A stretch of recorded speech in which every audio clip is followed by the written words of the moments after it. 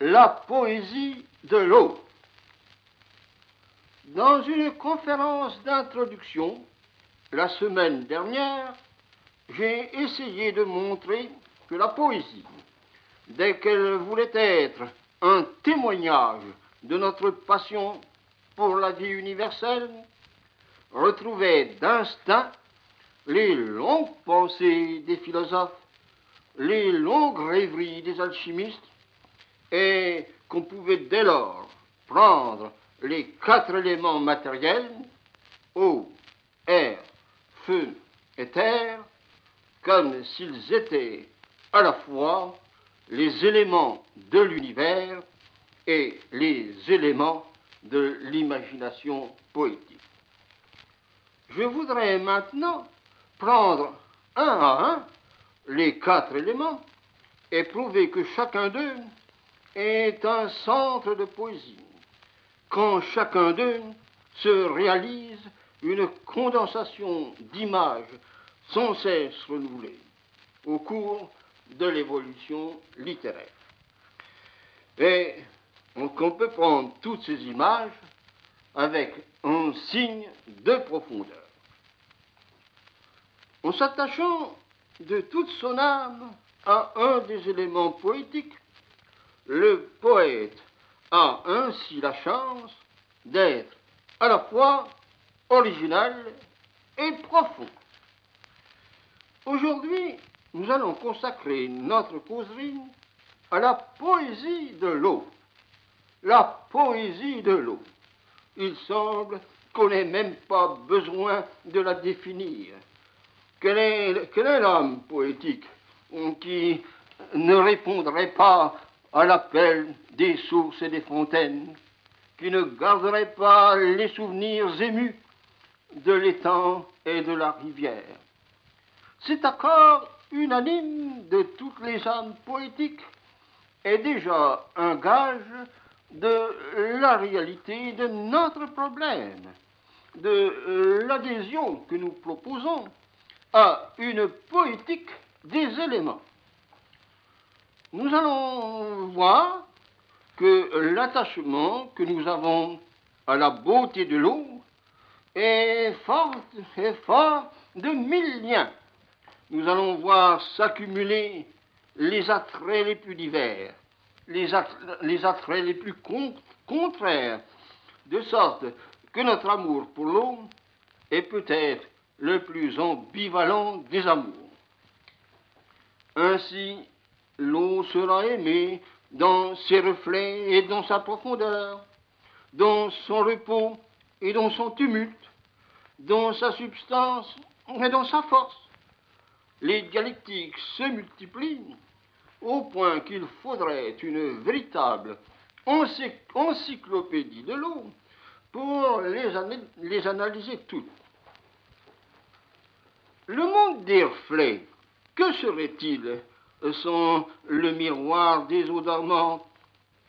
Les hommes eussent-ils inventé des miroirs si la surface d'une eau tranquille ne leur avait pas rendu si fidèlement leur image? La psychanalyse a justement nommé, à partir d'une telle image passionnément contemplée, le complexe de Narcisse. Mais la psychanalyse, en multipliant les explications psychologiques, a, en cette occasion, intellectualisé les symboles. Elle a détendu les liens qui unissent les symboles secondaires aux symboles primitifs. Bref, la psychanalyse nous a écartés de la méditation de l'image primitive. Elle a, il faut bien le dire, dépoétisé l'image poétique fondamentale. Elle a perdu les valeurs de contact avec un élément radical de la poétique naturelle. Si nous revenions vraiment au miroir des fontaines, si nous vivions la poésie dans la nature, peut-être la contemplation toute solitaire de nous-mêmes, dans la solitude des champs, perdrait-elle sa nocivité? Voilà précisément la grande leçon de solitude que donne la poésie des éléments, que donne la poésie de l'eau réfléchissante. L'image naturelle véritable, celle qui étonne l'enfant, celle qui enchaîne le rêveur, associe en effet le reflet et la profondeur. Au sein de l'eau vraiment réfléchissante, nous découvrons une intimité, un être intime, un être profond.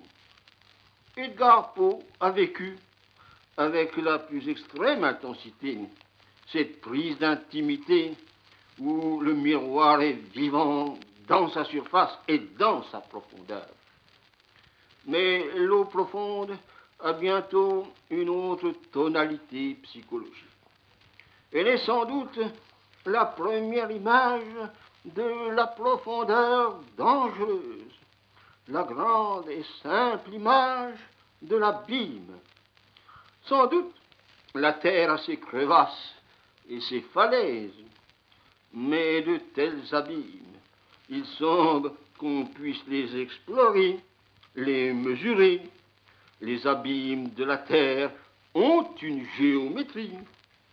Les abîmes de l'eau sont plus directs et plus simples. Ils donnent tout de suite l'image de l'insondable. L'eau est alors un mystère et un vertige. Elle attire et elle effraie. Si l'imagination ne s'arrête pas, le rêveur va voir la mystérieuse ondine, la dangereuse ondine.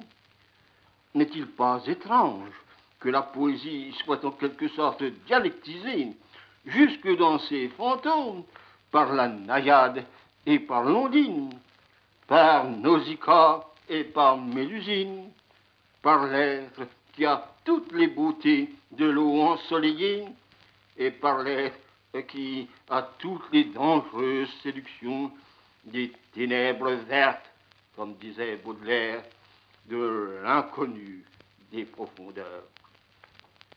Les rêveries devant l'eau profonde ou devant le fleuve qui passe prennent souvent la teinte de la mélancolie et elles nous ramènent au souvenir des êtres disparus. Dans un livre sans doute trop simple, La mythologie du Rhin, le vieil écrivain français Saintine rappelle un type de funérailles où l'on couchait le mort dans un tronc d'arbre, abandonné ensuite dans le courant du fleuve. Comment ne pas rapprocher cette lointaine coutume des légendes sur la barque des morts, légendes qui émeuvent encore toute la Bretagne? Comment ne pas penser à la barque de Caron? Mais ces mythologies et ces légendes, le poète ne leur donne-t-il pas une vie nouvelle, une vie naturelle, en marge de toute érudition? Ne revivons-nous pas tous les adieux de notre vie dans un seul grand vers comme celui de Baudelaire? Ô mort, vieux capitaine, il est temps, levant l'ancre. De tels vers ont une résonance agrandie si on leur donne tout leur passé de légendes et d'images, si l'on retrouve les songes de l'homme devant les flots de la mer, devant le fleuve qui jamais ne reviendra à sa source. Ces grandes images simples, ces images banales, elles prennent une vie nouvelle et singulière dès qu'un grand poète leur rend leur vertu élémentaire, leur puissance cosmique élémentaire. En y mettant les justes nuances, le psychologue conscient du rôle de l'instinct poétique découvrirait facilement le caractère particulier des complexes poétisants. Il pourrait, par exemple, dans les images littéraires, distinguer le complexe de Caron et le complexe d'Ophélie. Il comprendrait pourquoi Lamartine a pu appeler l'eau l'élément triste. Il comprendrait, en allant à l'extrême de cette tristesse, pourquoi, pour certains rêveurs, l'eau dormante est le cosmos de la mort. Pour ces rêveurs, l'eau est nocturne. Elle garde en son sein de la nuit et de la mort. Ainsi, pour Paracelse, la lune imprègne la substance de l'eau d'une influence délétère. L'eau, longtemps exposée aux rayons lunaires, reste une eau empoisonnée. Ces images matérielles, si fortes dans la pensée paracelsienne, sont encore vivantes dans les rêveries poétiques d'aujourd'hui. Le poète Victor-Émile Michelet n'écrit-il pas « La lune donne à ceux qu'elle influence le goût de l'eau du Styx ». Oui, on ne se guérit jamais d'avoir rêvé près d'une eau dormante. Mais l'eau enchaîne aussi bien les images de la vie que les images de la mort. C'est précisément en raison d'un tel double enchaînement que l'eau est un élément éminent de la poésie universelle. L'eau, comme tous les éléments, donne prise à de multiples ambivalences, ou pour mieux dire, elle concrétise l'ambivalence qui vit au cœur de l'homme. Elle est, dans les beaux jours de la vie humaine, la substance de vie. Elle est le lait de la terre. D'innombrables variations animent ce thème général de la maternité des eaux. Des références à l'alchimie pourraient ici être données sans fin. On écrirait aisément tout un livre, par exemple, en exposant les principes des eaux de jouvence. Mais là encore, comme dans le cas du complexe de Narcisse, il faudrait ne point se complaire dans l'image métaphorique. Il faudrait donner moins d'attention au mélodrame trop voyant du vieillard rajeuni. On restituerait alors à l'eau élémentaire, à l'image matérielle et cosmique de l'eau élémentaire, une force de conviction qui traverse tout le psychisme, allant du fond même de l'inconscient jusqu'aux satisfactions sensibles les plus claires. Et c'est ainsi que, justement, Paul Claudel bouscule toutes les métaphores superficielles en s'écriant dans les grandes odes « Vos sources ne sont point des sources, l'élément même, la matière première, c'est la mer, je dis, qu'il me faut. » Ainsi, dans le style de la psychanalyse, l'eau de jouvence est le symbole du retour au sein maternel.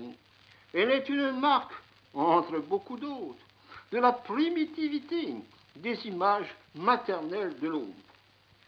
On retrouverait la même hiérarchie d'images si l'on étudiait les mythes de purification, si divers dans leurs nuances, si semblables dans leur fond. Pour toutes ces raisons, nous nous croyons fondés à dire que l'eau est un véritable élément psychique, un élément qui amasse les images dans nos rêves comme dans nos pensées, un élément qui règne dans notre conscient comme dans notre inconscient, un élément que nous aimons en nous et hors de nous, une boisson et un filtre, une réalité et une puissance. En suivant les images de l'eau, le poète est assuré de trouver un élément de la poésie universelle.